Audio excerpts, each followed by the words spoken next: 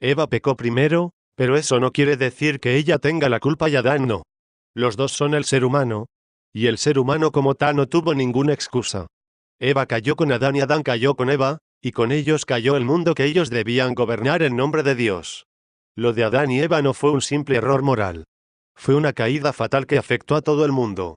En palabras del teólogo alemán, Dietrich Bonhoeffer, fue como un meteoro que se sale de su cauce y queda a la deriva. Al rebelarse contra su misión original, empeñándose en la locura de ser como Dios, los seres humanos distorsionaron todo. Pensaron que al ser como Dios tendrían un conocimiento profundo del bien y del mal, de la vida y la muerte, de la luz y la oscuridad. Pensaron que con dicho conocimiento tendrían poder y control como Dios. Pero en vez de ello, se les abrieron los ojos y se vieron el uno al otro primeramente como una posibilidad de placer. Adán, quien al comienzo había visto a Eva como el otro ser humano maravilloso, criatura puesta ante él por la gracia de Dios para amarla y ser uno con ella, ahora la veía en su desnudez. Quisieron ser como Dios, pero no eran dioses. Por eso, ahora eran incapaces de verse en unidad y armonía. Cada uno, como Dios independiente y pequeño, veía al otro como objeto de posesión y control. La mirada del otro que antes reflejaba amor, ahora emitía codicia, y sintieron vergüenza el uno del otro. Tuvieron que cubrir su desnudez, porque ya no podían vivir con transparencia e inocencia el uno para el otro. Se había abierto una brecha insuperable y progresivamente abismal entre el hombre y la mujer. En rebelión contra Dios, su relación estaría dominada por el deseo, el control y la contienda. Apareció la sombra enorme del machismo y las largas luchas de las mujeres por recobrar por sí mismas, lo que únicamente pueden lograr hombre y mujer, siendo imagen de Dios. El árbol de la tentación era el árbol del conocimiento. Pero no del conocimiento por sí mismo. Dios había hecho al hombre con una gran inteligencia capaz de conocer profunda y eficazmente el mundo que lo rodeaba.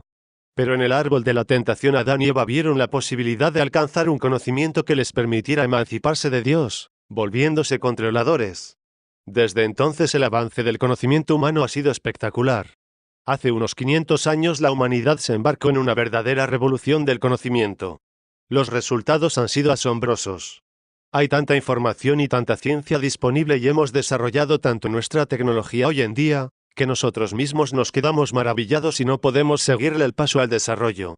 Sin embargo, toda esa ciencia y esa tecnología están al servicio del control. En vez de reconocer la palabra de Dios en la naturaleza, hemos usado nuestros descubrimientos científicos para negar a Dios. Después de tantos miles de años, seguimos empeñados en dominar el mundo independientemente. Pero, por supuesto, esa determinación nos aleja del amor y vivimos enfrascados en una interminable lucha de poder, donde los más fuertes dominan y explotan a los más débiles. Sabemos mucho acerca de cómo funcionan las cosas, pero sabemos muy poco acerca de qué es lo que en realidad debemos hacer con nuestro conocimiento y cuáles son los planes que tiene para con nosotros el Creador. Sabemos cómo poner un hombre en la luna, pero no sabemos cómo vivir sin codicia, haciéndonos daño y dañando a los que nos rodean.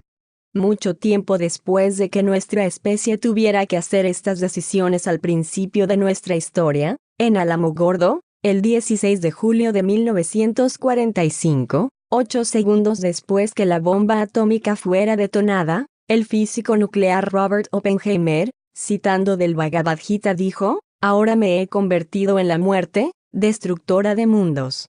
De alguna manera, esto era lo que Adán y Eva habían codiciado al principio. Hoy por hoy, el ser humano tiene en sus manos un enorme conocimiento que le da el poder de prolongar la vida de un paciente agonizando, o de exterminar multitudes con solo activar un código. Pero cabe preguntarnos si realmente, con todos estos logros, hemos llegado a ser más felices, más justos, o si hemos logrado por nosotros mismos hacernos partícipes de la vida eterna de Dios. Adán y Eva en el huerto decidieron esconderse de Dios. Se había roto la comunión con el Creador y los seres humanos sintieron miedo porque conocieron la culpa. Dios los buscó, pero ellos no quisieron reconocer su amor. Al contrario, razonaron que su error había sido culpa del Creador. El hombre le echó la culpa a la mujer que Dios le había dado por compañera y la mujer culpó a la serpiente que Dios había creado. Desde aquel momento la historia humana ha sido una larga carrera huyendo de Dios. En su rebeldía los descendientes de Adán y Eva no han podido reconocer el amor de Dios, quien a pesar de sus fallas los sigue buscando. Por el contrario, han ideado miles de formas para alejarse del verdadero dador de la vida. Así como Eva percibió en la serpiente un espíritu superior, pronto sus descendientes pensaron que detrás de todas las cosas y todos los animales había espíritus que los escuchaban y los entendían. Esto es lo que llamamos animismo, que es una de las formas de religión más antigua y que todavía se practica en algunas sociedades. Obviamente, llegaron aquellos que pretendían tener conocimientos especiales respecto al mundo de los espíritus y poder para aliviar el sufrimiento humano, o producirlo. Así surgió el chamanismo o la brujería. Posteriormente otros pueblos optaron por el politeísmo y se inventaron muchas creencias en torno a los diversos dioses que se iban imaginando. Los seres humanos se sentían amenazados y vivían temerosos de los dioses que ellos mismos se habían inventado. Buscaban con sus prácticas religiosas diversas formas de no enojarlos o de apaciguarlos si los creían enojados. Hasta el día de hoy muchas personas imaginan en el cielo a un dios enojado y vengativo, presto a causarles calamidades y tragedias. Cansados de sus miedos, deseosos de liberarse, pensadores como Epicurio en el año 307 a.C., rechazaron por completo la idea de que Dios o los dioses tuvieran algo que ver con los acontecimientos de la tierra. Unos se empeñan a negar por completo la existencia de Dios. Estos son los ateos.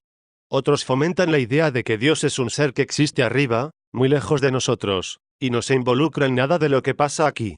El mundo funciona, según ellos, autónomamente. Esta filosofía se llama deísmo. El panteísmo es la filosofía que enseña que el universo y Dios son una misma cosa. Todo es Dios y Dios está en todas las cosas. Sin embargo, ni religiones, ni filosofías, ni ideologías pueden resolver nuestro problema. Son solo diversas formas de escondernos y huir de nuestra realidad. Según el relato del Génesis, lo que debemos hacer es presentarnos compungidos delante de Dios, aceptando nuestra responsabilidad, y aceptando su amor gratuito. Cuando los seres humanos decidieron seguir sus propios proyectos, independientes de Dios, quedaron atrapados en un ciclo inevitable de consecuencias negativas. De ahí en adelante, nuestros sueños y esfuerzos terminan siempre impregnados con el amargo sabor de nuestro egoísmo. Dios sigue amándonos, pero a la vez nosotros provocamos su ira. En Efesios 2, 1-2 leemos: Hace tiempo ustedes estaban espiritualmente muertos a causa de sus pecados y sus ofensas contra Dios. Antes vivían pecando, igual que todo el mundo, y se dejaban guiar por el que gobierna las fuerzas de maldad que están en el aire y que todavía actúa por medio de los que desobedecen a Dios. Todos nosotros vivíamos así antes. Nuestra forma de vida era complacer los deseos perversos de nuestra naturaleza carnal. Hacíamos cualquier cosa que la naturaleza carnal deseara o que la mente pudiera imaginar. Tal como los demás, merecíamos el enojo de Dios. Dios sigue hablándonos, pero nosotros seguimos dudando y, con frecuencia, malentendiendo su palabra. Tenemos que luchar constantemente contra la serpiente y el mal que ella representa. Unas veces, salimos victoriosos y otras somos derrotados. La relación con nuestras parejas, a veces es placentera y benéfica, otras veces, amarga y tormentosa. Lo placentero lleva consigo el germen del dolor. El paraíso ya no está a nuestro alcance y tenemos que vivir en un mundo caído y dañado. La naturaleza ahora está sujeta a gobernantes voluntariosos, egocéntricos y engañados, como somos los seres humanos. El alimento que nos da la tierra es a la vez sustento y esfuerzo, fuente de vida y salud, pero también fuente de ansiedad, envidia y rencillas. Vivimos en una tensión constante que nos impulsa a separarnos de Dios, de nuestros cónyuges, de nuestras familias y de nuestro prójimo. Así vivimos una especie de muerte espiritual, a la espera de la muerte física. Sin embargo, todavía tenemos esperanza, pero hablaremos de eso en el próximo video.